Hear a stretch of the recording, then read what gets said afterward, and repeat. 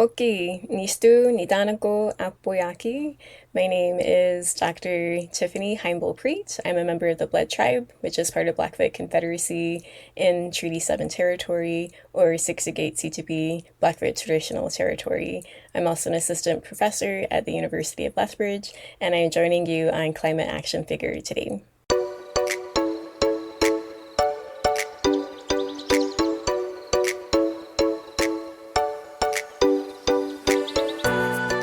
Hello and welcome to the latest edition of Climate Action Figures. My name is John Whidden, and this week on the show, I am very excited for you to meet Apooyak'ii.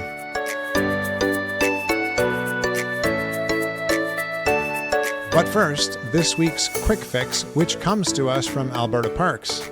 Unbeknownst to them, actually, they have given us a quick fix because a few weeks ago I visited a beautiful brand new outhouse in the Kananaskis backcountry and found this label. For those of you who are listening and not seeing on YouTube, it says, "Did you know this outhouse is made in Canada from approximately 475 pounds or 215 kilograms of recycled plastic? The durable plastic boards are manufactured entirely from waste plastic, including milk jugs, shopping bags, yogurt tubs, medicine containers, plastic toys, motor oil containers, ketchup bottles, household cleaner bottles, drinking straws, juice bottles, and more. When this outhouse reaches the end of its life, it can be recycled again into something useful. Wishbone Site Furnishings." Welcome, Apooyak'ii. What do you think about that quick fix today? That sounds really interesting. I've never heard that before, so it's neat to see what kinds of products and things are happening with recycling. Yeah, we put all our things into the recycling, and some of it doesn't get recycled, but the stuff that does, it's kind of interesting to see what it turns into. Now, Apooyak'ii, I love the land where you grew up. Chief Mountain, every time I drive down toward Waterton Park, Chief Mountain always draws me in. Often I'll stop and take a photo of it. And it always seems mysteriously different. How does the land speak to you or draw you in? I'm very, particularly fond of my people's traditional territory. And if you've never heard of where Siksikaitsitpi traditional territory is, it extends from the North Saskatchewan River, east to the Cypress Hills, south to the Yellowstone River, and west to the Rocky Mountains. And so it's always been important to me to stay within my people's traditional territory. Historically, the Blackfoot people, our life centered around the Ini, which is the buffalo. And so we traveled extensively throughout our territory and even beyond our territory. It was guided by the seasons. And so we've always been in this stewardship role with the land. And so we have a very deep connection to the land and to our territory. And throughout our traditional territory, we have many sites and sacred sites. And so there's stories that go along with each of these sacred sites that teaches us as Blackfoot people about our history, where we came from, our theories, that ties with our cultural traditions, our ontological responsibilities, and our relationship and alliances that we have with one another as beings. So that would include plants, animals, insects, everything that has been created. And this is all embedded in our language and within the land as well. And so one of the important teachings that I received growing up as a Blackfoot person is the natural law of balance, where we learn that every action that we take can affect the balance and harmony within our lives. And so for me, being on the land is really important because it teaches me how to live a life that is balanced and within harmony. We could sure all stand to be a bit more in balance with the earth. I certainly need to learn more about that myself. In attempting to look after the earth, Apooyak'ii, in a more responsible way, how can we learn from First Nation peoples? So I approach this topic of looking after Mother Earth as being in a stewardship role. And so a part of this role is looking after all of the relationships that we have. And so that would include all of the alliances we have with the land, with, again, the animals, the plants, the insects, everything that's been created. And as Blackfoot people, we believe that all of creation has been created with a spirit. So being stewards of the land or on earth, we would make sure that we take care for all of creation. And so we learn from these beings how to live a life that is balanced and in harmony with one another. So taking a, watching, observing, and watching how they interact with one another. And so if we stop and pay attention to these interactions that are taking place, there's a lot of valuable lessons that we can learn. And as stewards, it's our responsibility to honor these alliances and make sure that we maintain a life of balance and harmony on this earth that we share together. And so I wanted to share a couple of practices that we can all engage in that helps us to learn from Indigenous knowledges when it comes to either establishing or maintaining alliances that we have with all of creation. I would say that the first practice would be almost a paradigm shift in the way that maybe we've been taught to think about Indigenous knowledges, and what our role and position would be in terms of taking care of the land or of Mother Earth. And so as a Blackfoot person, I've been taught about the circle of life, which, is considered a sacred symbol.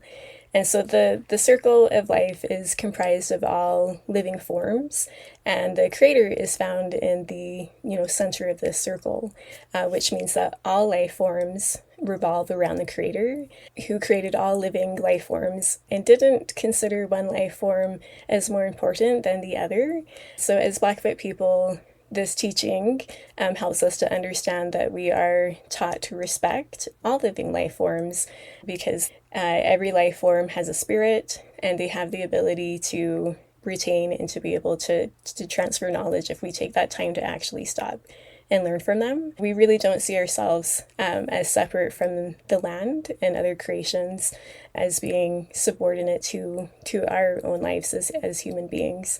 And so instead, we understand that we have a relationship with all of creation and that we have a responsibility to care for every creature and to approach our existence on this land in a reciprocal manner, so having a reciprocal relationship with all beings, and to make sure that we're not only just taking, but that we're also giving back to the land.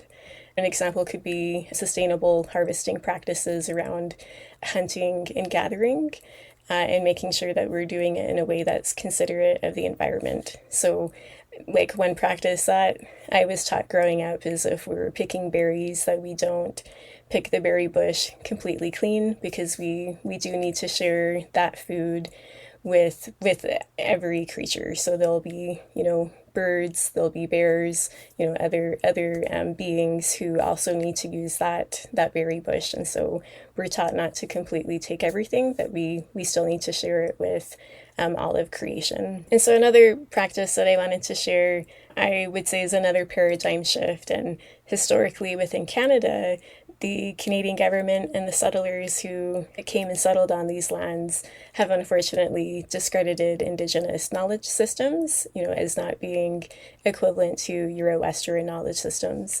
And so if this is something that, maybe as a listener you heard when you were growing up, I would encourage you to be open to learning about a new knowledge system. Every culture, every people within this world that we share, has their own knowledge systems that are valid and that we can learn from one another.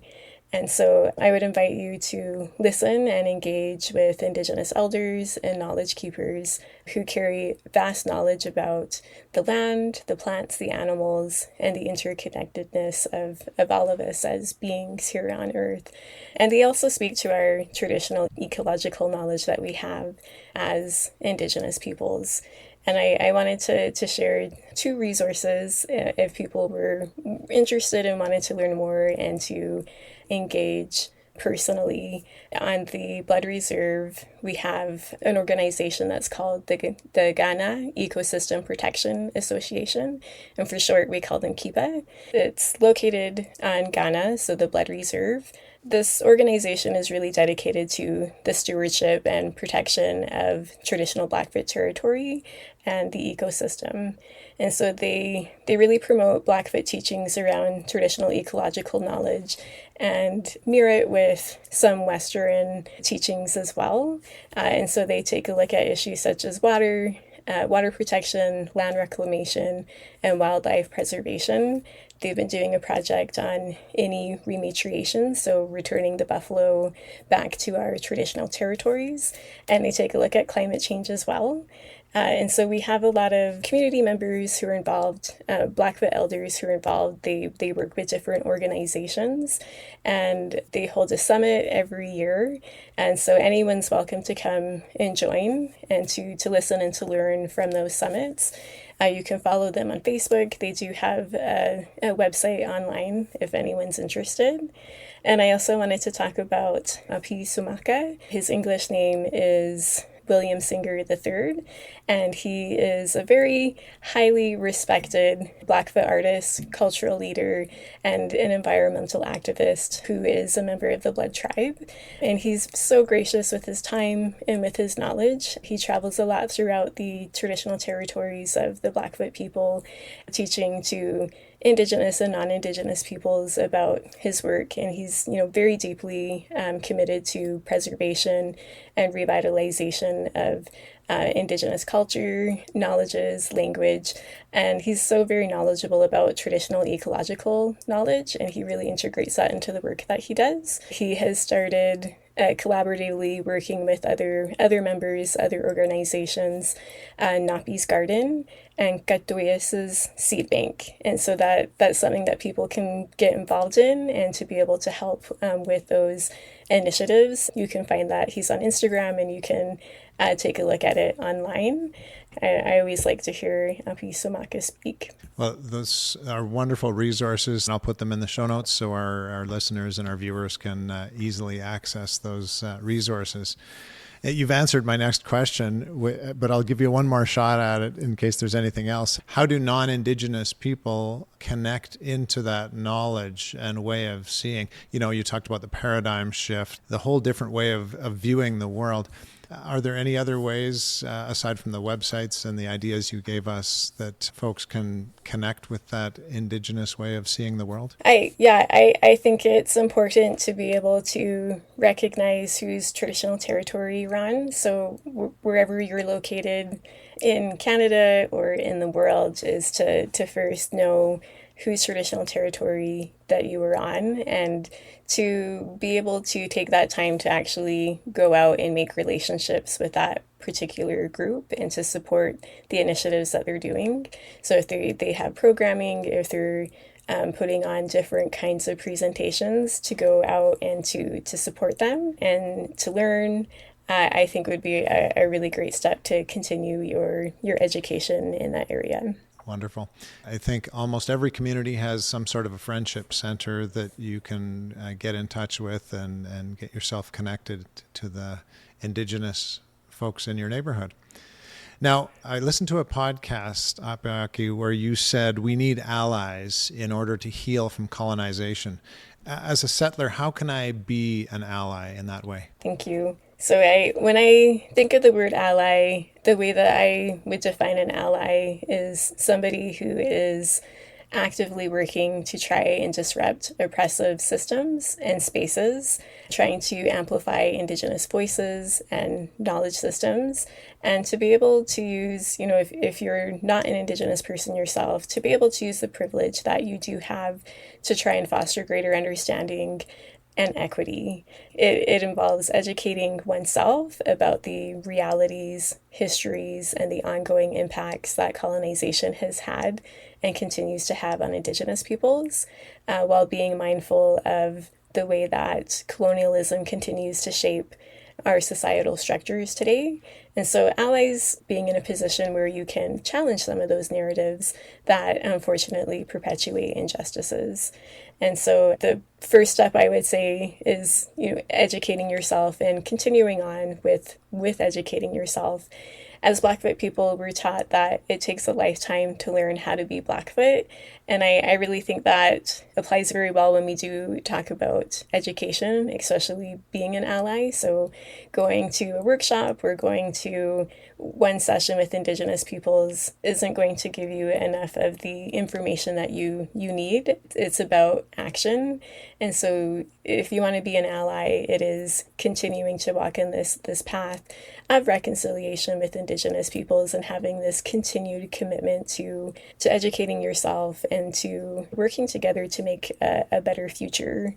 And so second would be amplifying Indigenous voices who would be considered experts on these topics. And so really trying to help the Indigenous peoples who are out there trying to make a change. And last would be action. So when you do see something that's taking place, something that shouldn't take place, such as oppressive acts, it's speaking up and starting to be comfortable with the uncomfortable, because we need to be able to have the courage to actually speak up and do something about it. Especially relevant to this whole conversation is the recent passing of a great Canadian, Murray Sinclair. If listeners are not familiar, he was a huge, pivotal part of the Truth and Reconciliation Commission and the calls to action. How does Truth and Reconciliation and the calls to action tie into caring for the earth? When we talk about this, I think that there's like a couple of different ways that we can look at the Truth and Reconciliation and how that ties to caring for the earth. First is, literally what the Truth and Reconciliation calls to action talks about in terms of land rights and Indigenous peoples. But we could also take a look at the Truth and Reconciliation calls to action as being all interrelated for caring for the earth by cultivating much more respectful relationships among the original peoples who were here. And then when we have newcomers on what we now call Canada. And so learning to live together in a balanced way would be a part of accepting and validating Indigenous ways of knowing, being, and doing, which includes our traditional ecological knowledge and helps us to learn how to be better stewards of the land and to live in a balanced and harmonious way. But if we were to actually take a look at the calls to action themselves and what they do speak about in terms of land rights and stewardship of the earth, there are a couple of calls to action that speak about the United Nations Declaration of the Rights of Indigenous Peoples. We call it UNDRIP, and within UNDRIP it does talk specifically about Indigenous peoples' right to land and knowledge systems and being able to use our own traditional knowledge to make decisions and to care for the land. And so in the calls to action, it does talk about UNDRIP and to making it something that Canada will take up and to implement and to make an action plan for Canada to actually see UNDRIP become a reality within Canada. Thanks for sharing that. Reconciliation is such an important thing. It's such a difficult thing. And I have a friend who says reconciliation is what we need, not just to have a list of ideas, but to actually move them into action. So great to have some thoughts from you about how we can make that happen. Now, Apooyak'ii, you work at the University of Lethbridge and are a teacher there, correct? Yes. And do you work with any First Nation students?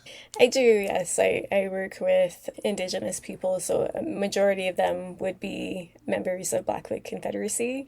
There are other non-Blackfoot members who are Indigenous, and then non-Indigenous students as well. When I was doing my undergrad work, which was many years ago, I was quite disheartened because I grew up right next to the Kihiwan First Nation in northeastern Alberta, and they were my friends.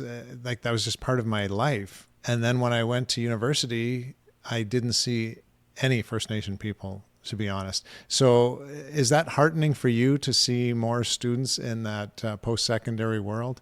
Yes, yeah. In my own experiences going through post-secondary education, many times in my undergrad, I was the only Indigenous student. And then when I went to graduate studies, I actually did my graduate degrees in Indigenous peoples education. So it was the very first time that I had Indigenous professors and that I wasn't the only Indigenous student in my classes. And so it is very wonderful to be able to see so many Indigenous students and people who are from Blackfoot Confederacy enrolled in these programs, and particularly because I understand the struggles that they are encountering and trying to overcome as they get their education.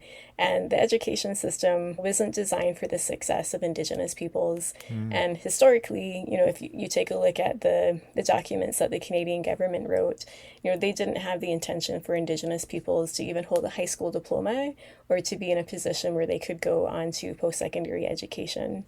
And so the way that our education system has been designed has really been to reward those people who fit within the majority population. And so it makes it very challenging for people who don't belong to that majority group, minorities and Indigenous peoples, to find success in the education system. As an educator, do you feel a responsibility to share First Nations ways of seeing with non-Indigenous students? Yes, for myself as an educator, I think it's really important to be able to be authentic to who I am as a Apooyak'ii, so a Blackfoot woman. And so that does really heavily influence my teaching philosophy. And so within my teaching philosophy, I understand that there is benefits to having both Indigenous and Western educational practices. And so I strive to achieve what Elder Albert Marshall calls two-eyed seeing.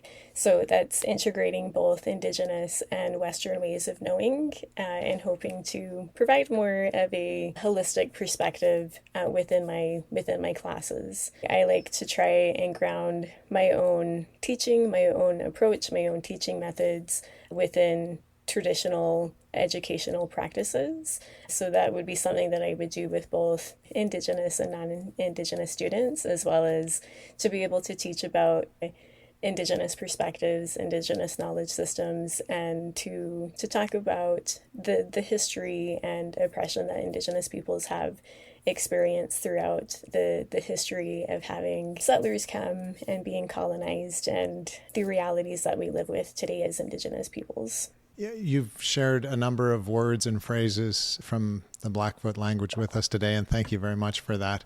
Any anthropologist will tell us that languages and the culture that is so indelibly tied to them are disappearing at an alarming rate. Would you mind sharing one more important word or phrase in Blackfoot with us? Sure. So I think that it's really important to learn how to say hello in the language of the traditional territory that we occupy. And I think that's a really meaningful first step towards reconciliation. And it's a really powerful act of respect. So for Indigenous peoples, language is far more than a means of communication. It embeds our culture, our identity, as well as our ancestral knowledge. And just as you were talking about, colonial policies and practices have sought to erase our languages as Indigenous peoples. And so many Indigenous peoples, including myself, we were forced to grow up without fluency within our ancestral language. And so this loss is very deep for us. And I think every step towards revitalizing our language is a step towards healing. And so as settlers and as allies, learning and using Indigenous greetings is maybe considered simple, but I think it's a very profound way to acknowledge the people who have been stewards of the land that we now live, work, and play on. And so it's really a tangible act of respect that goes beyond words, signaling an openness to learn, to connect, and to honor Indigenous cultures and languages. And so I would encourage you to learn how to say hello in the language of the traditional territory that you live on, and to really integrate that into your life. So whether that's casual conversations within your professional settings, within community gatherings. So it's something that you can do in your emails. You can say hello in the Indigenous language and in English as well. That's a practice that I try to do at my university, and I find that a lot of my colleagues have been very receptive and open, and they actually say hello back to me in my language. And it's really beautiful, to be greeted in your own language rather than always having to communicate in a colonizing language. Right. And I noticed in our email conversations, you open with Oki. Do I say that correctly? Yes, Oki. Okay, and but I wonder right away, if I say that, am I co-opting culture and language? If I could ask you, what makes you feel like you would be? That's a good question. I I guess if I was using a French greeting, someone would assume that I have some French background. Otherwise, why would I be using that greeting? But you're saying because I'm on traditional territory that use that greeting, therefore it's okay for me to do that? I would say yes. I think it's normalizing hearing Indigenous languages on their traditional territories. And so I don't think that, in myself being Blackfoot, living on traditional Blackfoot territory, having somebody who's not Blackfoot speak Blackfoot to me, I don't find that offensive. Oh, good. I find that very warming that they're open to the idea of learning Blackfoot and that they're practicing it. Because again, it is really beautiful to have somebody speak to you in your own language. And so I really appreciate it when people take the time to try and learn my Blackfoot language and call me by my Blackfoot name, because that it is my name. That's who I am. I have an English name, but it is nice to have people who take that time to actually try and say my name. Sometimes I don't get it right, but I really appreciate the effort and just that simple act of trying. Well, that's wonderful to hear, and I will definitely try to put that into practice in my day-to-day life. So thanks for freeing me to do that. Now, we're running out of time, so Apooyak'ii, I want to make sure we have time to hear your climate action. So if you'd like to tell us about that, go to it. As a family, we do have a compost that we have in our backyard that we all engage in. My husband and my children, my in-laws are into gardening, and so they do their gardening throughout the summer, and I get to enjoy what they grow.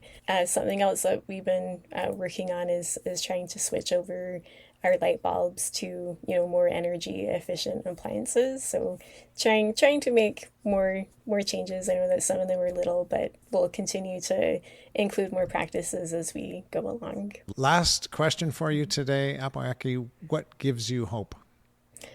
I think it's seeing, for myself in my courses that I teach at the university, it makes me so happy that every time I do teach that I get so many varied students, and I mean their backgrounds. So the degrees that they're getting are not all sociology. They're in a bunch of different backgrounds, and they're very interested in learning about Indigenous peoples and histories and what they can do to be a better citizen in Canada when it comes to reconciliation. And so that it makes me very hopeful about being able to walk this path of reconciliation together as Canadians, being Indigenous and non-Indigenous peoples. And so I have hope that we will have a better future as we continue to learn and to engage in the Truth and Reconciliation Commission's calls to action and learn how to live more in a balanced and harmonious way together. Thank you very much for joining us today, Apooyak'ii. Yes, thanks so much for having me. And thank you, dear listener. We will be back again next week, same time, same place, to hear from another climate action figure. Until then, again, and go figures.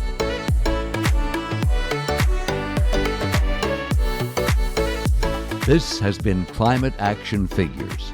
Our show is produced and hosted by John Whidden. Our creative consultant is Kayla McIntosh. Our theme song is Hawaii Vacation by Tovari. You can find us on Instagram, Facebook, and YouTube at Climate Action Figures. That's all one word. And if you have any other questions or comments that arose from this or any episode, feel free to reach out to us at climateactionfigures@gmail.com. And thank you for listening. We'll be back next week with another Climate Action Figure.